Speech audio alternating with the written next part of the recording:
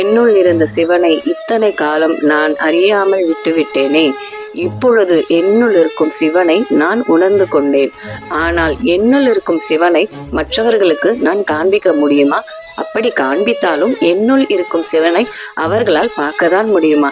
என்னுள் இருக்கும் சிவனை நான் தியானத்தின் மூலமாக உள்நோக்கி பயணித்து எனக்குள்ளே நான் இருந்து கண்டு கொண்டேன். என்னிலே இருந்த ஒன்றை யான் அறிந்ததில்லையே, என்னிலே இருந்த ஒன்றை யான் அறிந்து கொண்டடின், என்னிலே இருந்த ஒன்றை யாவர் காண வல்லரோ, என்னிலே இருந்திருந்து யான் உணர்ந்து கொண்டேனே.